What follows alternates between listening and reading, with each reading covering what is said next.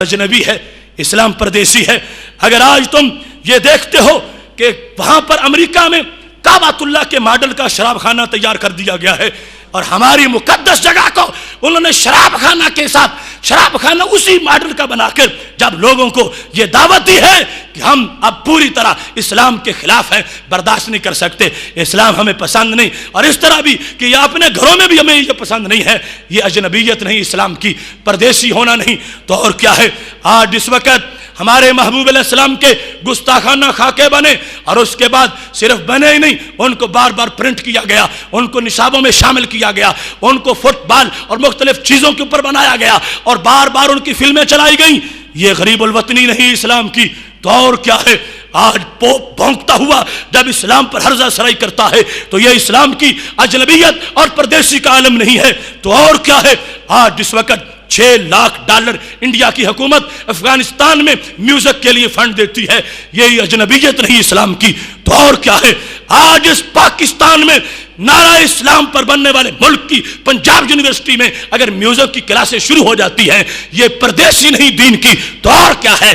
اگر آج پاکستان کی یونیورسٹیاں امریکہ کے اڈے نہیں بن گئی، یہ پردیسی نہیں، تو اور کیا ہے؟ یہ دین جس کے بچے کو غیر مسلم کے ساتھ بیٹھنا حرام کیا گیا تھا، آج ان کو لیکچر ان عیسائیوں کے دلوائے جا رہے ہیں، اور امریکی پروفیسر بلوا کر مسلمانوں کے عقیدے جو ہیں ان کو پاش کیا جا رہا ہے۔ یہ غریب الوطن اسلام نہیں ہے، تو اور کیا ہے؟